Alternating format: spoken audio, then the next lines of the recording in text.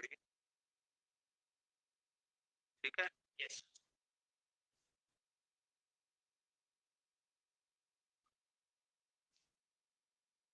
देख लीजिएगा जहां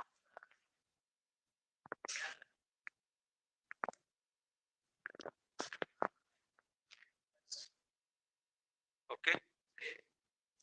गुड मॉर्निंग एवरीबॉडी। अभी ये थोड़ा सा नीचे करना पड़ेगा, ये अब आई आई यस, अब सही है ना?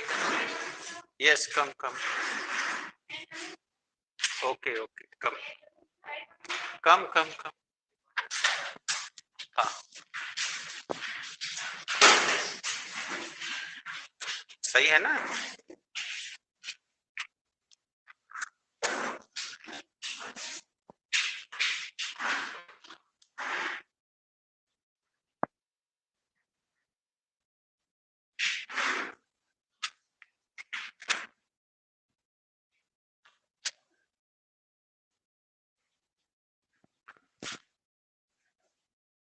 Okay everybody.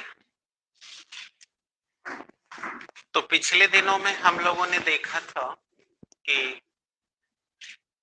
यूवी विधि से बनाए गए लेंस की फोकस दूरी ज्ञात करते हैं।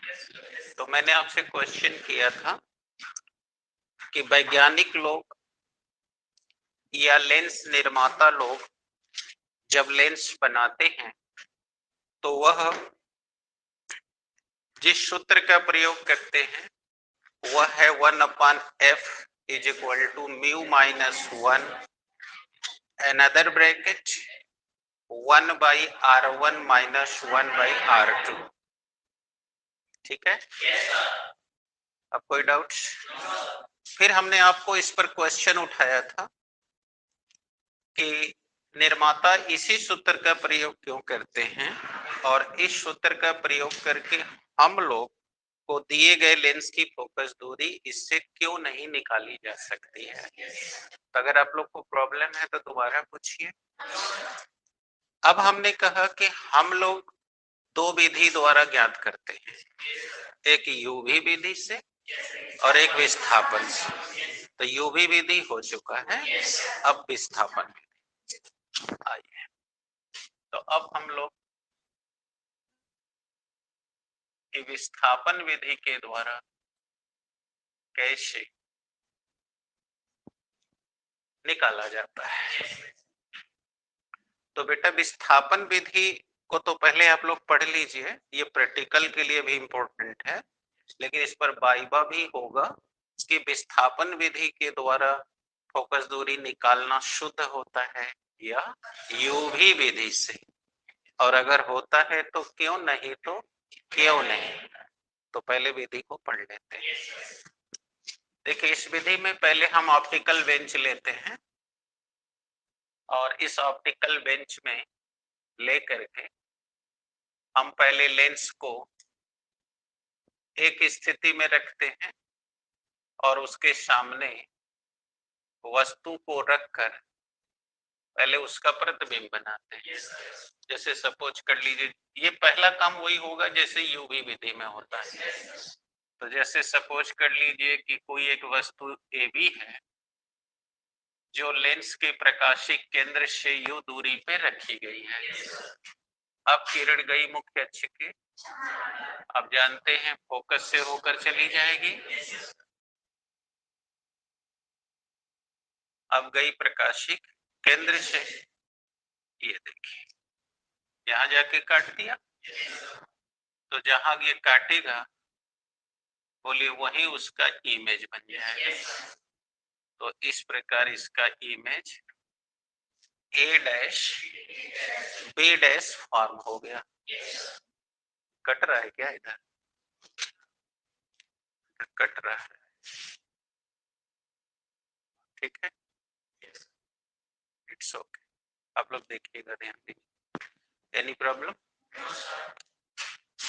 तो अब अगर हमने यहाँ यू दूरी पर वस्तु को रख दिया है तो देखिए प्रतिबिंब यहाँ बन रहा है।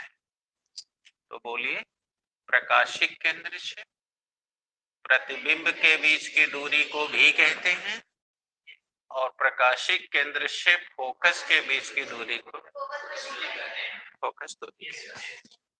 इतना में कोई डाउट? ये काम आपने यूवी विधि में किया था, सो इतना काम आपको फर्स्ट अटेम्प्ट में करना है। अब इस समय ये लेंस की है प्रारंभिक स्थिति, जिसे L1 कह लीजिए। अब ध्यान दीजिएगा विस्थापन में क्या होगा। अब हमें वस्तु को और प्रतिबिंब को, याद रखिए ये आपका वस्तु पिन है और ये प्रतिबिंब पिन है। जब एक स्थिति में आप प्रतिबिंब फॉर्म कर लेंगे तो अब आपको वस्तु पिन और प्रतिबिंब को टच नहीं करना है, उसे अपनी जगह पर रखने देंगे।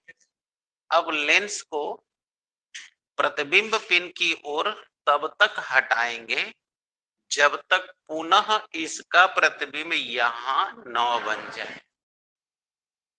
क्या बात समझ आ गई? अब ये देखिए लेंस की पहली स्थिति है। अब आपको वस्तु पिन और प्रतिबिंब पिन को नहीं टच करना है। अब इस लेंस को आगे खींचिए। जैसे सपोज कर लीजिए कि जब हम लेंस को एक नई स्थिति में ले आए, इसका नाम रख देते हैं L2, तो बोलो वो इतना दूर विस्थापित हो गया। देख रहे हैं? यानी बेंच पर बताओ इसकी पोजीशन और इसकी पोजीशन मिलेगी, तो इसमें से इसको घटा दोगे तो बोलो इसका कितना विस्थापन हो गया, मालूम हो जाएगा। तो सपोज कर लो कि हमने लेंस को इधर की ओर तब तक खींचा जब तक कि इसका प्रतिबिंब पुनः यही न बन गया। समझ आया? तो मान लो कहां तक खींचे? L2 तक। अब ये लेंस तुम्हारा यहाँ आ चुका है, तो बोलो अब ये किरण बताओ सीधे यहाँ जाके गिरेगी।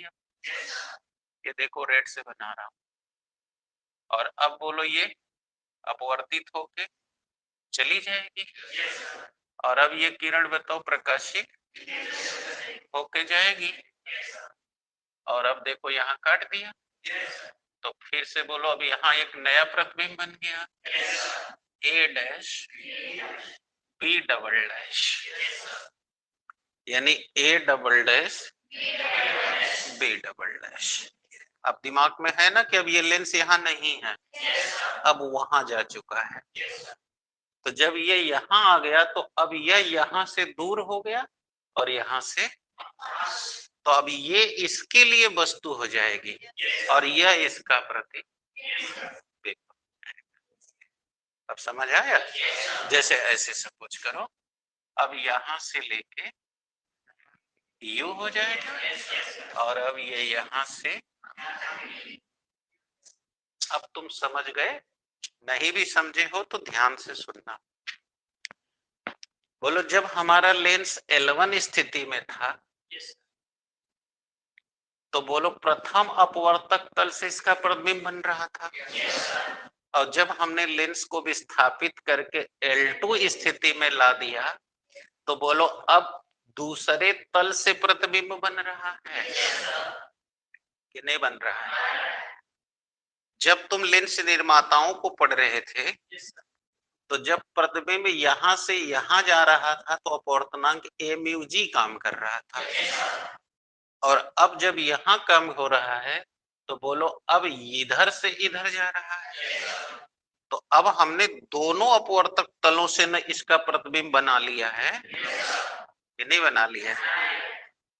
अब तुम लोग जरा सा इस बात को फोकस करना जो अब कहने जा रहा हूं। हाथों में देखना, एक ठो लकड़ी लेके और दो ठो कोड़चा लेकर के वो लोग तराजू बना लेते हैं, बनाते हैं। अब बीचे में देखना डांडी बांध देंगे।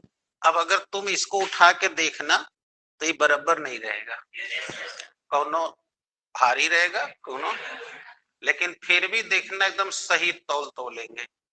जैसे उदाहरण, जैसे तुमको 10 किलो तौलना है चावल, तो एक बार 5 किलो इस पे रख देंगे और चावल यहाँ रख के बराबर डाड़ी करके दे देंगे। फिर दूसरी बार ये 5 किलो इस पर रख के और एप पर चावल रख के तौल देंगे। अब दुनिया में किसी तराजू पर तौलो ये 10 किलो ही मिलेगा। अरे 10 किलो ही मिलेगा। अब आप सोच रहे होंगे कैसे? पकड़ो, जब हमने बिना भार रखे, राइट है, इसको उठाया तो या तो ये पलड़ा ऊपर रहा होगा या तो नीचे रहा होगा। सपोज कर लो कि ये पलड़ा नीचे था और ये पलड़ा, बताओ ये बैलेंस है कि बैलेंस नहीं है? नहीं है। सही बात है। अब दूसरी बात बताओ, अगर ये पलड़ा नीचे है और ये पलड़ा, तो इसका मतलब ये भारी है, ये हल्का है। अब हमने बैलेंस करने के लिए हमको 1 किलो यहाँ वेट रखना पड़ा। जब 1 किलो रख लिए तब ये बैलेंस हो गया। सपोज कर लो, ठीक है। तो अब न कहोगे ये तराजू सही है, लेकिन मैंने तो ऐसी बात नहीं कही थी। मैंने तो ये कही थी कि इस पर 5 किलो रख दो और इस पे चावल तौल लो। अब तुम लोग ध्यान से समझना, अगर ये 1 किलो रखने पर बैलेंस हुआ था तो हमने तो 1 किलो रखा नहीं। इसका मतलब कि ये पलड़ा 1 किलो हल्का है। तो जब इस पर 5 किलो रखूंगा तो बताओ उसमें से 1 किलो इसको बैलेंस होने में खर्च हो जाएगा। अब बचेगा, अतः अब हम चावल तौलेंगे तो वह 4 किलो होगा। लेकिन अब हम इस 5 किलो को जब इस पे रख देंगे और इस पर तौलेंगे तो बताओ ये अपने आप 6 किलो चावल हो जाएगा कि नहीं हो जाएगा? क्योंकि जब इस पे रख दोगे तो ये 5 एक 6 किलो हो गया, क्योंकि 1 किलो ये भारी था। अब इस पे चावल रखोगे तो चावल तब तक रखना पड़ेगा जब तक वो बैलेंस ना हो जाए। तो जो पहले टर्न में तुमने 4 किलो तोला था, अब की बार पलड़ा बदल दिए हो तो बोलो 6 किलो आ गया। तो 6 4, वही बुद्धि हमने विस्थापन में लगाई है। क्योंकि हमने आपको पिछले दिनों में ये दिखाया था कि लेंस का निर्माण 2 अपवर्तक तलों के मिलने से होता है और हम हमेशा प्रैक्टिकल एक ही तल से लेते हैं। तो इस बार हम इधर वस्तु रख करके उधर प्रतिबिंब बना लिए और जब लेंस को विस्थापित कर लिए तो अब वो वस्तु हो गई। तो अब की बार हमने दूसरे तल से प्रतिबिंब बना लिया। तो इस प्रकार जो अब फोकस दूरी आएगी उसमें माध्यम के अपवर्तनांक के कारण जो फोकस दूरी डिसबैलेंस आ रही थी, यानी त्रुटि पूर्ण आ रही थी, बताओ वह त्रुटि खत्म हो जाएगी। इसका मतलब कि विस्थापन विधि हमको फोकस दूरी यूवी विधि के तुलना में अत्यधिक शुद्ध मान का देता है। अब समझ आ गया? ये भी नहीं आ गया तो आप एग्जामिनर पूछे कि भाई प्रायोगिक विधि से किससे शुद्ध मान का हमें फोकस दूरी मिलता है, तो आपका जवाब क्या होना चाहिए? विस्थापन विधि से।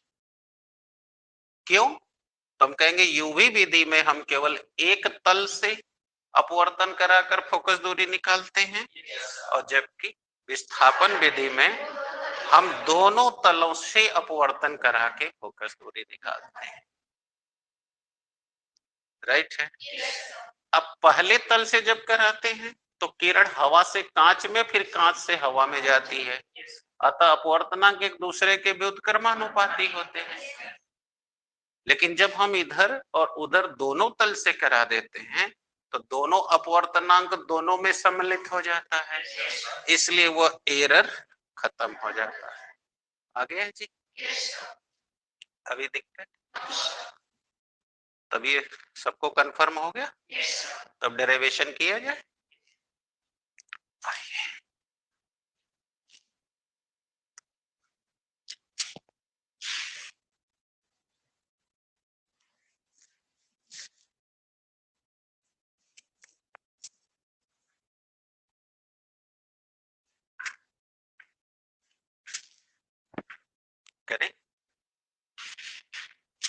अब हमने मान लिया, अभी बना रहे हैं, जल्दी करिए, बहुत जल्दी करिए।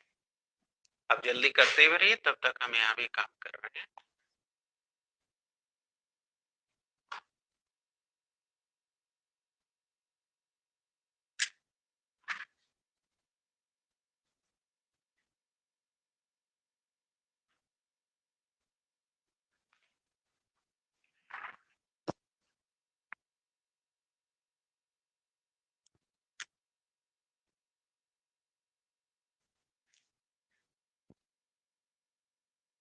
चलिए अब करते हैं।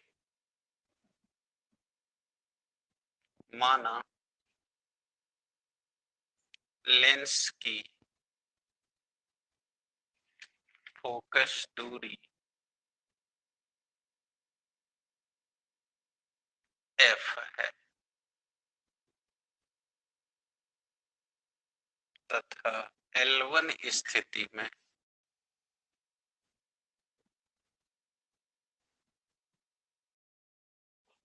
वस्तु को u दूरी पर रखने पर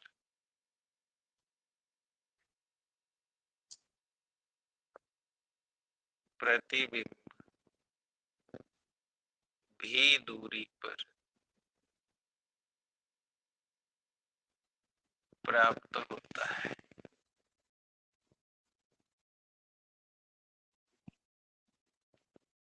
ओके, तथा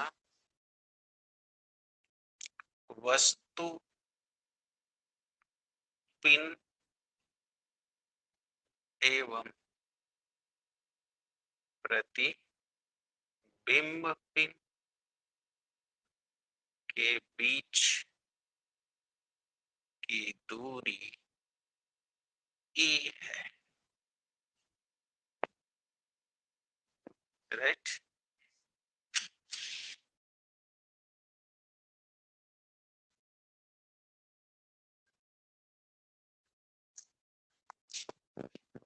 हाँ बोलिए समस्या।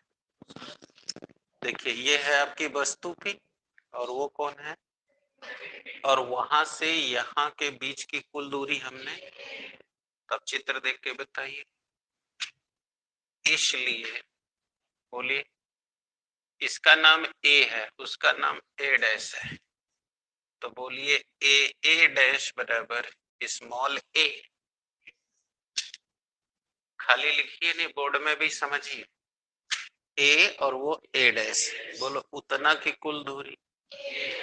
अब यहां से लेके यहां तक यू है और यहां से लेके वहां तक बोलो भी है, तब बोलो मिल गए जवाब। तो इसलिए u प्लस भी बराबर ए। पूछिए दिक्कत।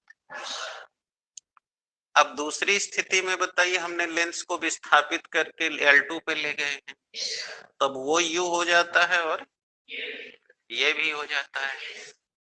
अब चलिए, अब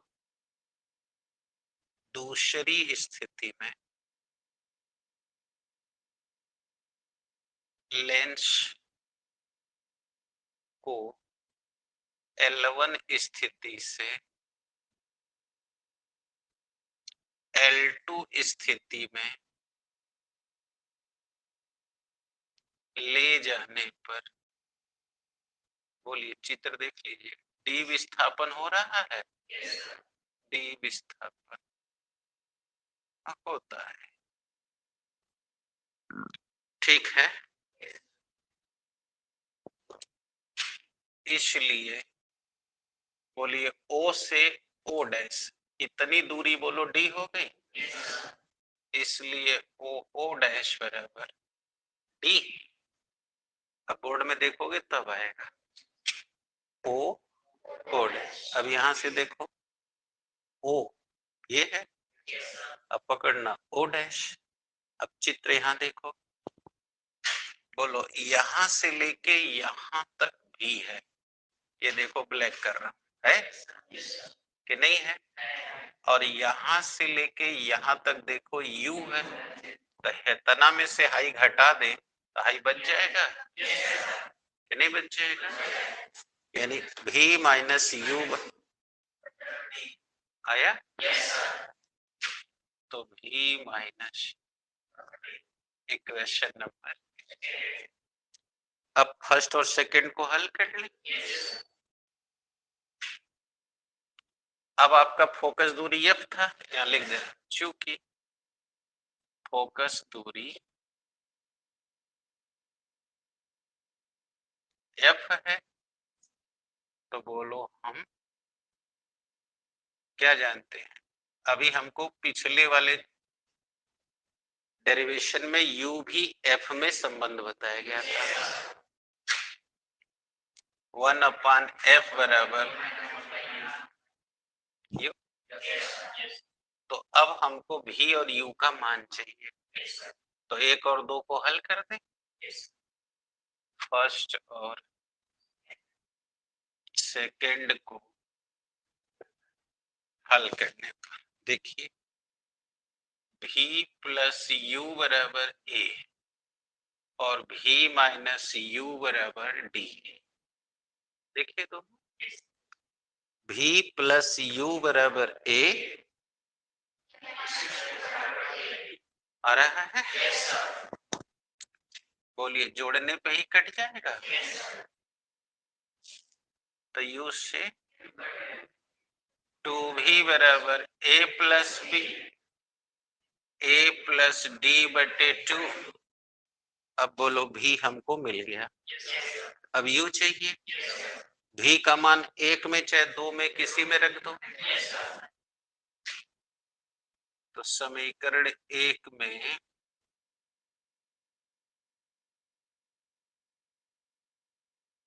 मान रखने पर आ रहा है, रखो। तो u plus v a plus D by 2 ए। तो u बराबर a minus a plus D बटे 2। हल कर लो, 2a माइनस डी बाई 2। नहीं आ रहा है, कुछ लोग को नहीं आ रहा है। लघुत्तम ले लें, 2 एक कम 2, घटाते समय चिन्ह बदल जाता है, बटे 2। अब 2a में से a निकल गया तो a माइनस डी बाई 2, तो ये आ गया a माइनस।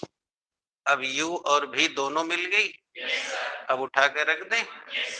अब तुम पढ़े थे कि जब प्रतिबिंब आभासी बनता है तब u भी नेगेटिव होता है, उस दिन मैंने चिन्ह पर पाटी बताया। लेकिन जब प्रतिबिंब वास्तविक तो u का मान केवल नेगेटिव होता है।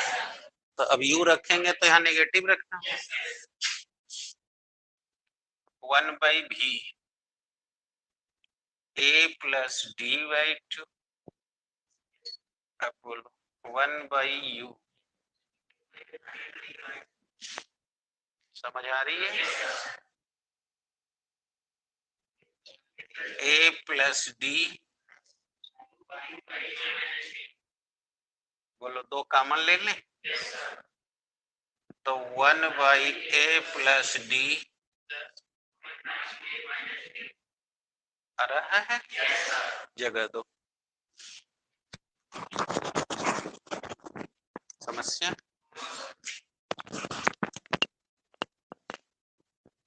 जल्दी कर दीजिए।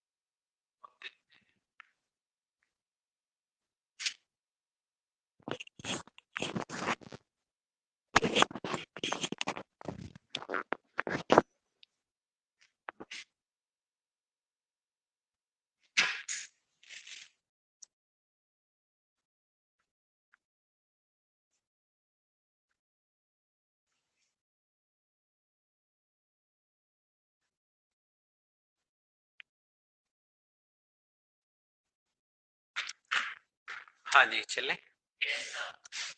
तो अब देखिए, अब हमारा फॉर्मूला आ चुका है 1/f2 कॉमन ले चुके, बोलो a minus D D a square minus D square. अरे लघुत्तम लेने फिर बताएं, इसका इधर फिर दोनों का आपस में, तो a plus D a minus D, तो a स्क्वायर माइनस बी का फार्मूला हो गया, बोलो d से, तो 1/f बराबर 2 इंटू 2a बराबर 4a, तो इसलिए फोकस दूरी f बराबर,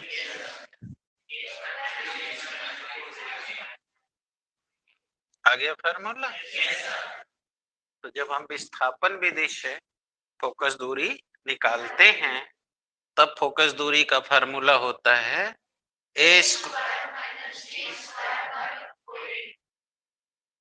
जहां a है वस्तु और प्रतिबिंब पिन के बीच की दूरी और d है लेंसों का विस्थापन। सही है? अब कोई दिक्कत? चलिए अब देख रहे हैं यूवी विधि से एकदम डिफरेंट है।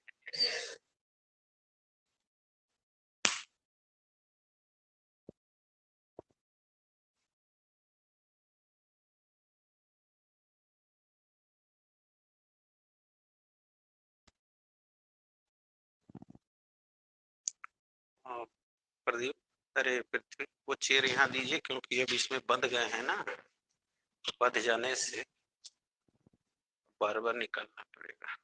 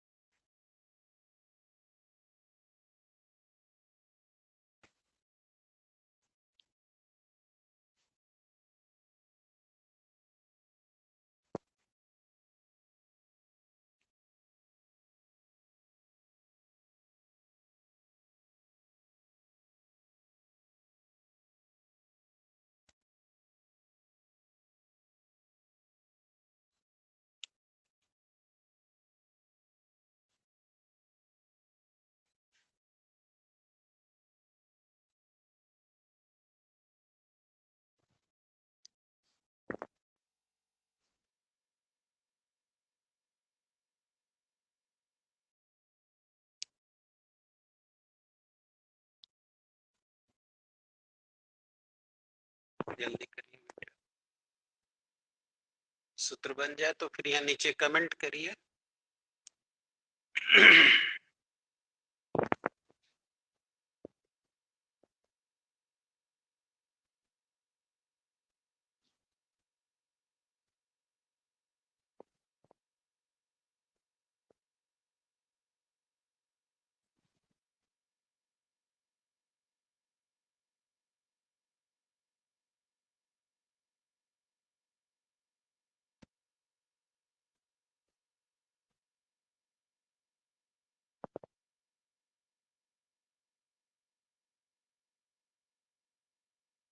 सूत्र बन गए, जहां ए है वस्तु पिन और प्रतिबिंब पिन के बीच की दूरी और डी है लेंसों का विस्थापन, यानी लेंसों के बीच में हुआ डिस्प्लेसमेंट।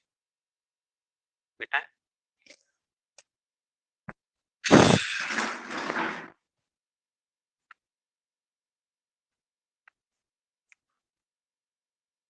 अभी चित्र नहीं मिटाएंगे क्योंकि अभी इससे हमें 2-3 फायदे उठाने हैं।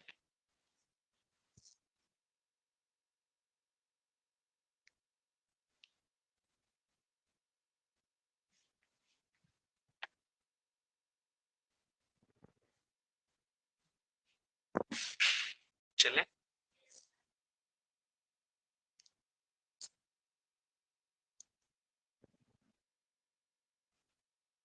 आइए देखते हैं।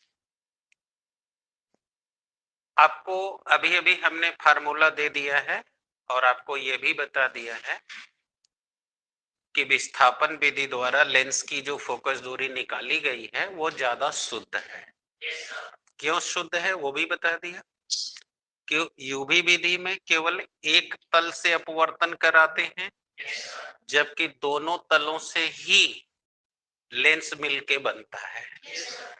तो एक तल से जब किरण जाती है तो अपवर्तनांक ए म्यू जी और दूसरे तल से जी म्यू ए काम करता है, और जबकि सूत्र में हम जो इस्तेमाल कर रहे हैं वो केवल एक तल का है। और यूवी विधि में हम दोनों तलों से अपवर्तन कराते हैं और दोनों तलों के कारण मिला डाटा हमारे गणना में आता है। अतः अपवर्तनांकों के कारण जो त्रुटि होती है वह त्रुटि इस विधि से दूर हो जाती है, इसीलिए यह हमें शुद्ध फोकस दूरी देता है। अब सवाल यहाँ एग्जामिनर ये पूछता है कि आप विस्थापन विधि से अधिकतम कितनी फोकस दूरी तक का लेंस की फोकस दूरी निकाल सकते हैं। तो आप जानते हैं कि आपको मैंने समझाया था कि आपके ऑप्टिकल बेंच पर मीटर स्केल लगी होती है और 1 मीटर में 100 सेंटीमीटर होता है। अतः आपके बेंच की लंबाई 1 मीटर से ज्यादा नहीं है, अर्थात 100 सेंटीमीटर तक ही है। तो अब हम आपको ये बताना चाहते हैं कि जो लैब में आपके बेंच है जो 1 मीटर लंबी है अर्थात 100 सेंटीमीटर लंबी है, उससे आप कितनी फोकस दूरी तक का निकाल सकते हैं। राइट है। तो आइए केस डालते हैं।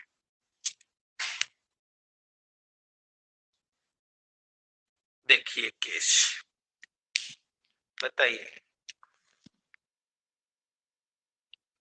हम जानते हैं कि विस्थापन विधि द्वारा फोकस दूरी जो ज्ञात की जाती है उसका सूत्र है ए स्क्वायर बटे डी, जहां डी लेंसों का विस्थापन, ठीक, और ए वस्तु एवं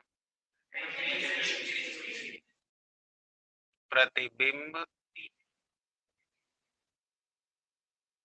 के बीच की, आप जरा माइंड करिए, आपने कहा कि आपका बेंच 1 मीटर लंबा है, इसका मतलब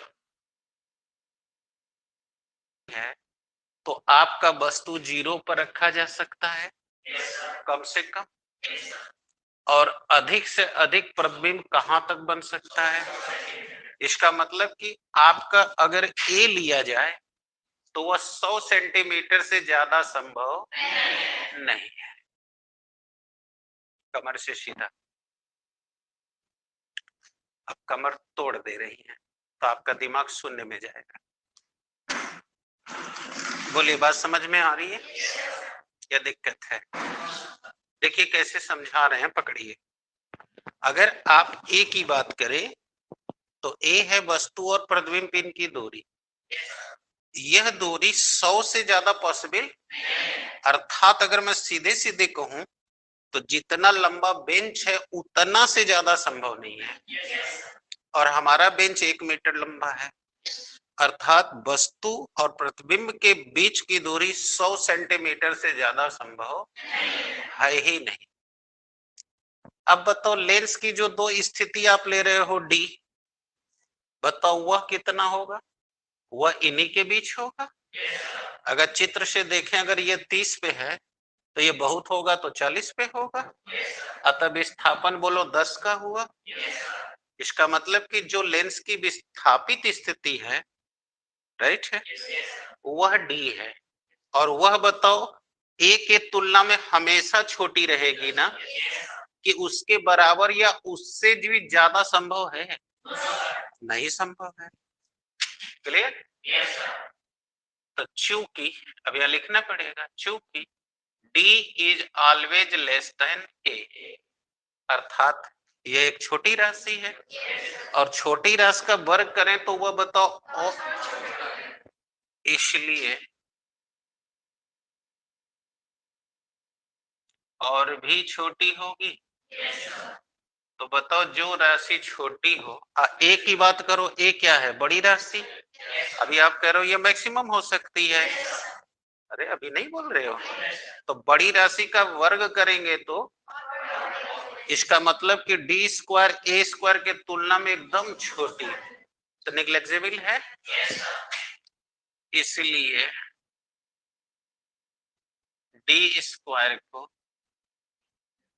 निग्लेक्ट कर देने पर, कर दीजिए, तो जब निग्लेक्ट कर देंगे तो बोलिए ए स्क्वायर बटे 4a हो जाएगा, तो ए से अब a बाई 4।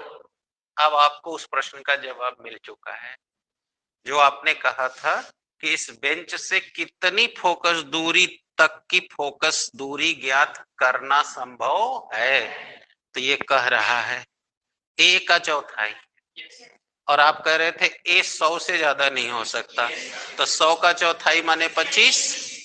इसका मतलब कि आप विस्थापन विधि से और इस ऑप्टिकल बेंच के द्वारा 25 सेंटीमीटर से ज्यादा फोकस दूरी की कैलकुलेशन संभव नहीं है।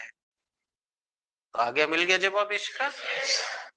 अब यही चीज कह दे एग्जामिनर कि अच्छा बताओ आपका ऑप्टिकल बेंच 2 मीटर लंबा है, तो कर दीजिए सर 50 सेंटीमीटर, क्योंकि 200 का 4, तो 4 पच्चे 20, अथवा कह सकते हैं कि सर जितना लंबा बेंच होगा उसका चौथाई फोकस दूरी तक हम विस्थापन विधि से कैलकुलेट कर सकते हैं, उससे कम का हम सब कर सकते हैं, लेकिन मैक्सिमम हम चौथाई तक कर सकते हैं। जैसे हमारे पास 1 मीटर लंबा है तो हम 25 सेंटीमीटर फोकस दूरी या उससे कम तक का कर सकते हैं, उससे ज्यादा इस विधि से संभव नहीं है। आ गया जवाब? तो इस तरह तर्क दे देना। अब कोई तकलीफ?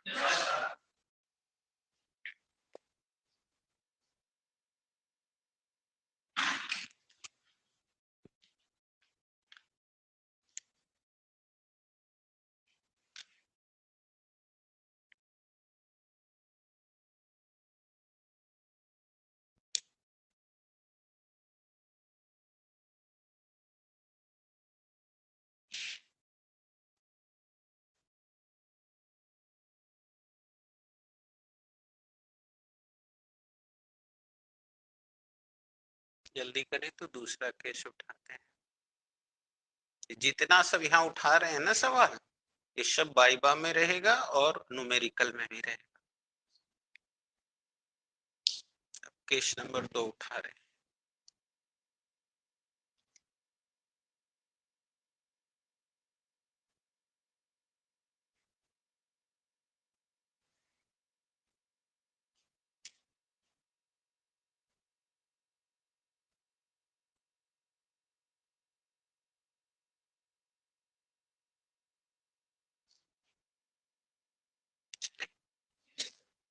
आइए केस नंबर 2।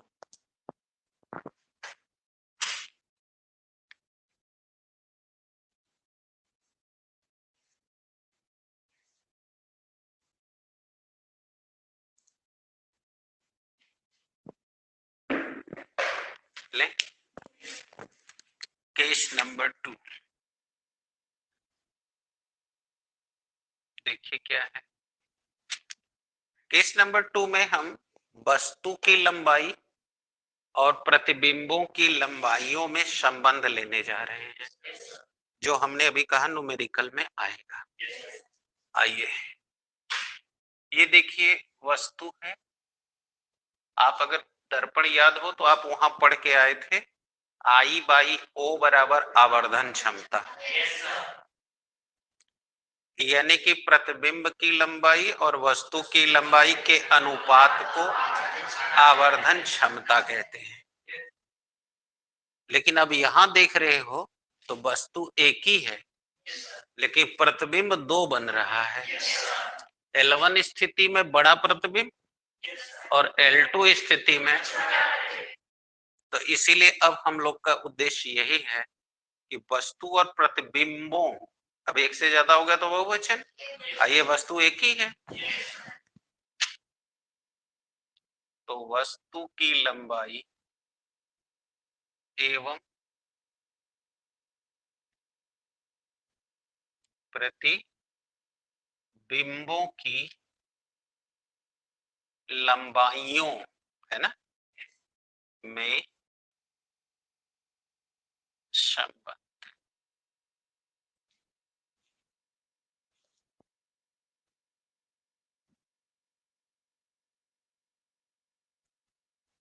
बोल बेटा, चले सीखो। देखो, जब हमने L1 स्थिति में लेंस के सामने U दूरी पर वस्तु O लंबाई का रखा है, देख रहे, तो प्रतिबिंब यहां से भी दूरी पर है तना लंबा प्राप्त हुआ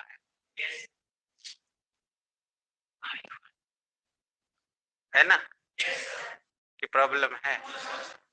और जब हमने लेंस को L2 स्थिति में ले गया हूं, तो बोलो ये U हो गई है और ये भी हो गई है, और इस समय देखो तो प्रतिबिंब A double dash B double dash I2 बनी है, जबकि वस्तु अब भी वही की वही है, उस पर कुछ नहीं। अनपक्ष हो गया। करें बात, लिखते हैं। माना यहां से, माना वस्तु AB की लंबाई O है, ठीक है। L1 लेंस की स्थिति होने पर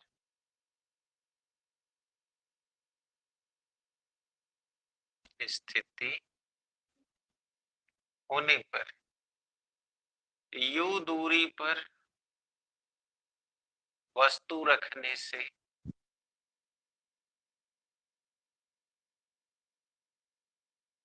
प्रतिबिंब भी दूरी पर I1 लंबाई का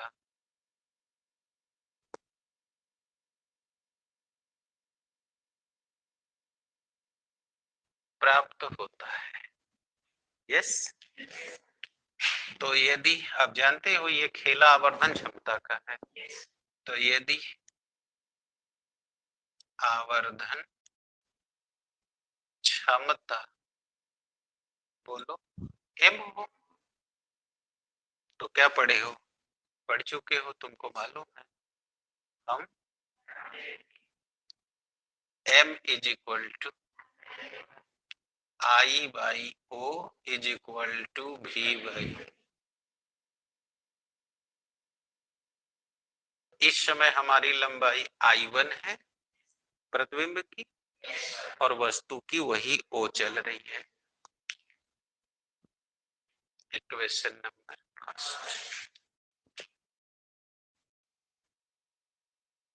पूछो पूछो, दिक्कत है। और इस स्थिति में आवर्धन क्षमता चलो हम M1 मान ले रहे हैं।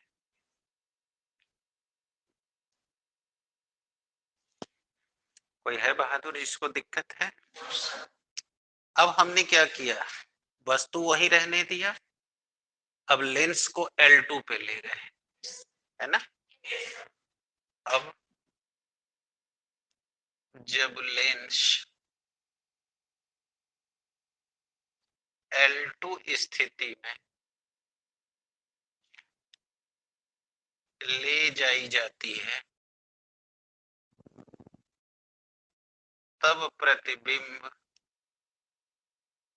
बोलिए, A double dash B double dash और कितनी लंबाई का I2, A double dash B double dash I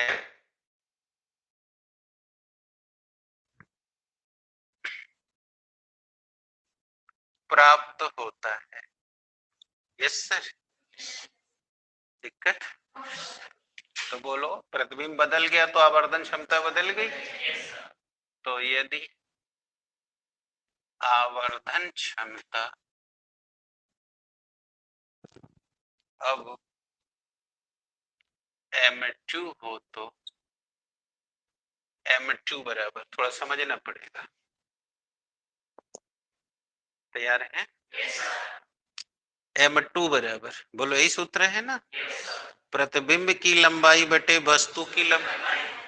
तो अब बोलो प्रतिबिंब की लंबाई I2 बराबर V बाई यू।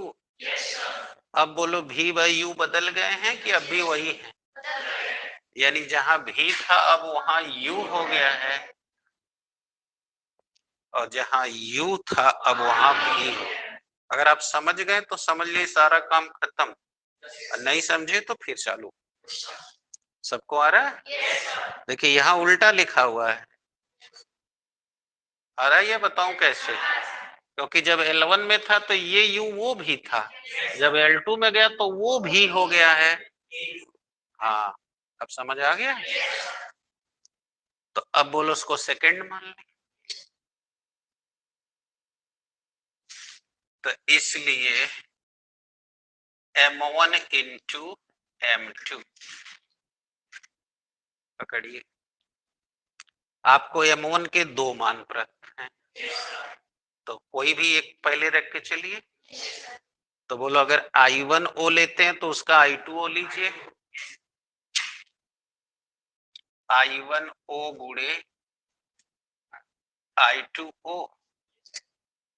अब बताइए I1 I2 बटे O स्क्वायर, और अब M1 का एक मान और है, बोलो V बाई यू और U बाई V, तो U से U कट, V से V कट, तो 1 बराबर बोलो I1 I2 बटे O स्क्वायर, अतः O स्क्वायर बराबर, अतः O बराबर, मिल गया, आ गया फॉर्मूला। यानी अब आप अगर गणित पढ़ते हैं तो जान गए ये गुणोत्तर माध्य है, गुणोत्तर माध्य है। दो संख्याएं A और B हों तो उनका गुणोत्तर माध्य G बराबर अंडर रूट AB। देखो,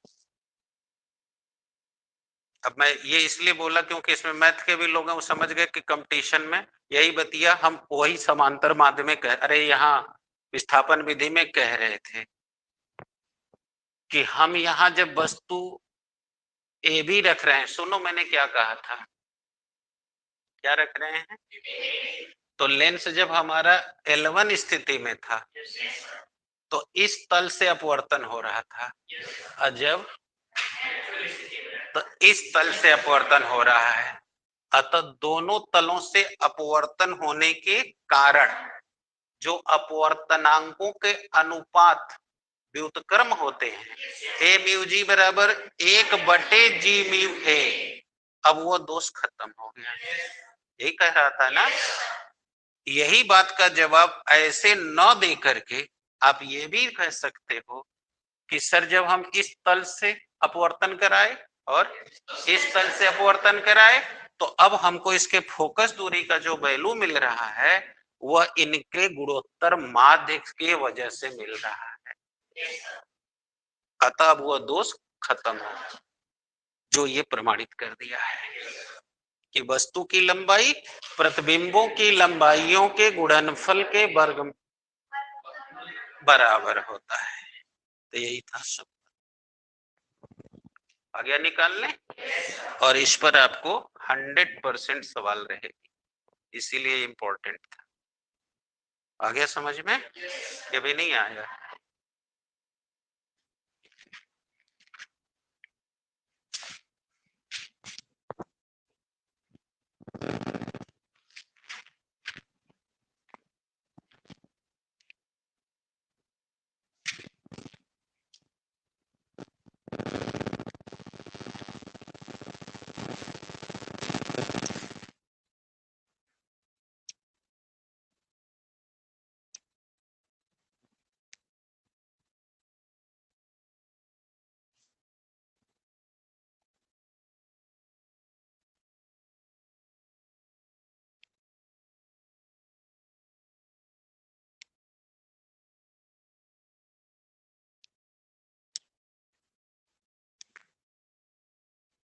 कौन क्या है समझ गए?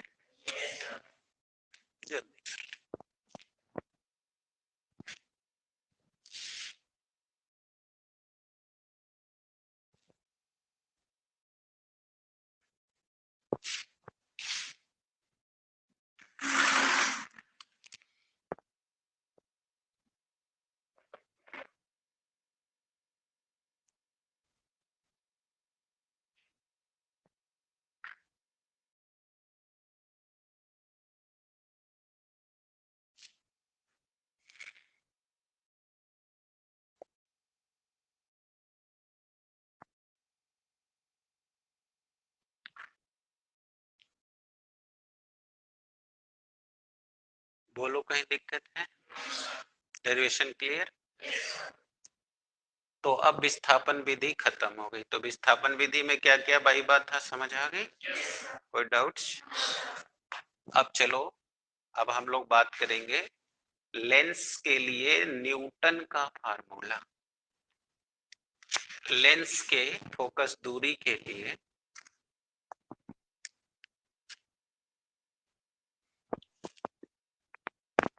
न्यूटन का सूत्र।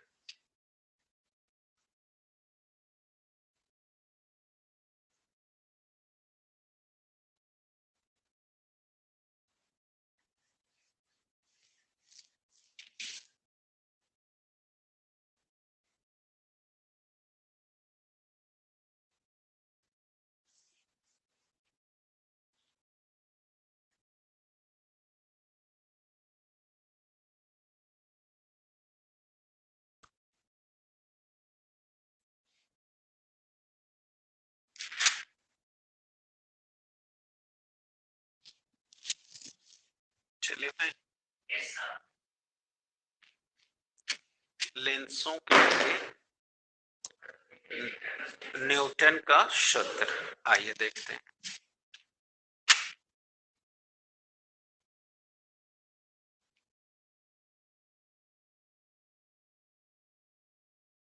देखिए न्यूटन यहां भी पहुंच गए। आप लोगों ने पिछले दिनों में सुना था प्रथम फोकस और द्वितीय फोकस के बारे में, और आपने ये देखा था कि प्रथम फोकस दूरी द्वितीय फोकस दूरी के अपवर्तनांक के गुणनफल के तुल्य है, यानी कि दोनों फोकस दूरियां एक जैसी। अब पूछ दे एग्जामिनर क्यों, तो बता देंगे क्यों। क्योंकि पहले तल के लिए ए म्यू जी काम करता है और दूसरे के लिए जी म्यू, और चूंकि दोनों की फोकस दूरियां आप पढ़े थे, फोकस दूरी अपवर्तनांक के व्युत्क्रमा, अभी पिछले दिन के लेक्चर में पढ़ाया गया। तो फोकस दूरी भिन्न होने के कारण ही अपवर्तनांक भिन्न हो जाते हैं, या उल्टा कह दो कि अपवर्तनांक भिन्न होने के कारण ही फोकस दूरी भिन्न हो जाते हैं। राइट है? तब न्यूटन साहब ने फोकस दूरी ज्ञात करने के लिए शुद्धता पूर्वक शुद्धता पूर्वक फोकस दूरी निकालने के लिए एक सूत्र का डेवलपमेंट किया, यानी डेरिवेशन किया। उस सूत्र को हम कहते हैं न्यूटन का सूत्र। अब देखा जाए उन्होंने ये सूत्र कैसे बनाया, देखेंगे आप। तो आप थोड़ा सा यहाँ फिर से समझ लें मैं क्या कह रहा था। जो लोग जवानी नहीं समझ पा रहे हैं उन लोगों को मैं पुनः समझाना चाहूंगा। देखिए प्रकाशिक केंद्र है, आपने कहा था कि प्रथम फोकस मुख्य अक्ष पर स्थित वह बिंदु है जहां से किरणें जब लेंस पर आपतित होती हैं तो अपवर्तन के पश्चात मुख्य अक्ष के समांतर चली जाती हैं। उसी बिंदु को प्रथम फोकस कहते हैं और प्रथम फोकस से प्रकाशिक केंद्र के बीच की दूरी को प्रथम फोकस दूरी कहते हैं। याद है? दूसरा आपने कहा था कि जब किरणें मुख्य अक्ष के समानांतर जाती हैं तो अपवर्तन के पश्चात वह जिस बिंदु से होकर जाती हैं उसे द्वितीय फोकस कहते हैं और इनके बीच की दूरी को द्वितीय फोकस दूरी कहते हैं। तो मैं आपसे यही कह रहा था कि चूंकि लेंस दो तल से बनता है और दोनों फोकस दूरियां एक जैसी क्यों नहीं होती, तो मैंने आपको बताया कि इसलिए नहीं होती क्योंकि इन दोनों के तलों के अपवर्तनांकों का मान भिन्न भिन्न होता है। समझ आ रहा है? तो अब हम दोनों में संबंध निकाल के आपको साबित कर सकते हैं। आइए जरा यहाँ देखिए। बोले जब वस्तु फोकस पे रखी गई है तो प्रतिबिंब अनंत पे बनता है कि नहीं बनता? बोलो ये घटना अपवर्तन की है। तो आइए प्रथम फोकस के लिए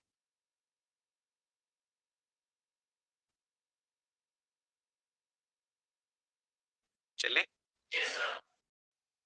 प्रथम फोकस के लिए बात हो रही है, बोलिए, पकड़िए। 1/f बराबर म्यू माइनस 1/r1।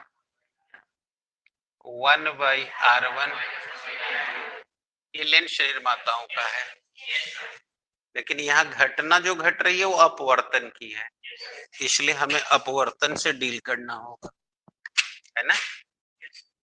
पकड़िए।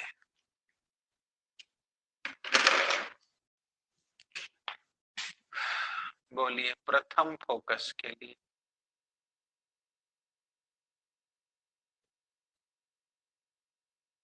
बोलिए अपवर्तन के सूत्रानुसार। ये लिखना नहीं है, ये केवल मैं आपको जना रहा हूं वाइवा का जवाब देने के लिए। म्यू बाई भी माइनस 1/u बराबर म्यू माइनस आर। ठीक है? म्यू, बोलिए यहां से चलिए। वस्तु कहां पे है? फोकस दूरी पे है, तो बोलिए u का मान f1 हो गया। प्रतिबिंब अनंत पे बन रहा है, दिक्कत? अब रखिए म्यू, बोलिए म्यू भी अनंत वस्तु 1/u। बोलो बाएं रखेंगे प्लस, बोलो म्यू आर, बोलो भाग दे दिए 0। 1/f1 बराबर म्यू माइनस, ठीक है? तो f1 बराबर म्यू माइनस 1 हो गया। अब बोलो द्वितीय फोकस के लिए चले, किसी को दिक्कत है?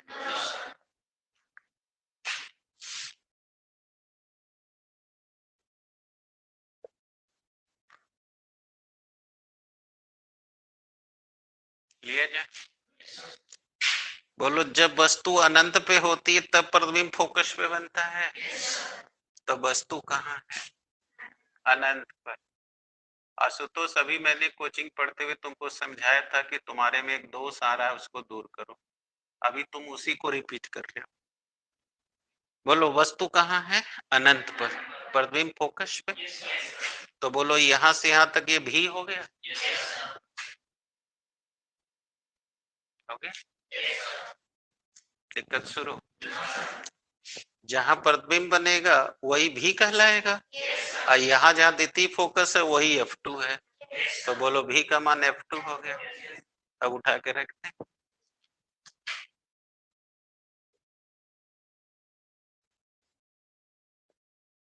वही सेम लेंस है ना, कि लेंस बदल गया? म्यू बटे भी अनंत म्यू बटे F2। अब यहां देख सकते हो कि ये दाहिनी तरफ है इसलिए पॉजिटिव, ये 0, तो F2 बराबर, बोलो तिर्यक गुणा, ये देख लो, म्यू R2 बटे म्यू -1। अब दूसरे में देखो, R बटे, ये R2 कहां से आ गया? R बटे म्यू -1 बराबर F1।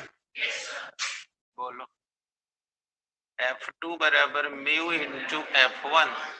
यही बतिया जवानी कह रहा था, इसलिए हमने कहा कई लोग को नहीं पकड़ाया क्योंकि उनको पढ़ते ही नहीं है, इसलिए उनको पकड़ नहीं है। जबकि अभी 2 दिन पहले या छुट्टी होने से पहले ही बताया था मैंने कि फोकस दूरी 2 बातों पर निर्भर करती है, एक अपवर्तनांक पर, एक वक्रता त्रिज्या पर। तो जब मैं यही कह के बोल रहा था तो मैंने कई लोग को देखा तो उनको कुछ याद नहीं था, तो इसीलिए मैंने कहा रुको हम दिखाइए देते हैं, ताकि वाइवा में एग्जामिनर पूछे तो तुम खुद भी दिखा सको। पूछेगा ऐसे ही, जब जो बच्चा अच्छा होता है तो पूछ देता है कैसे कर रहे हो बताओ, तो ये करके बताओगे। अब ये मत कहना कि तुमको प्रथम फोकस नहीं पढ़ाया गया, द्वितीय फोकस नहीं पढ़ाया गया। पढ़ाया तो सब गया, तुम कितना तैयार हो ये तुम जानते हो। और वही पढ़ाई में से पूछा जाता है, बस मुंह में ताले लग जाते हैं। अब सामने है, देख सकते हो कि द्वितीय फोकस दूरी प्रथम फोकस दूरी के तुल्य ही नहीं है, और ये न होना अपवर्तनांक है कार्य।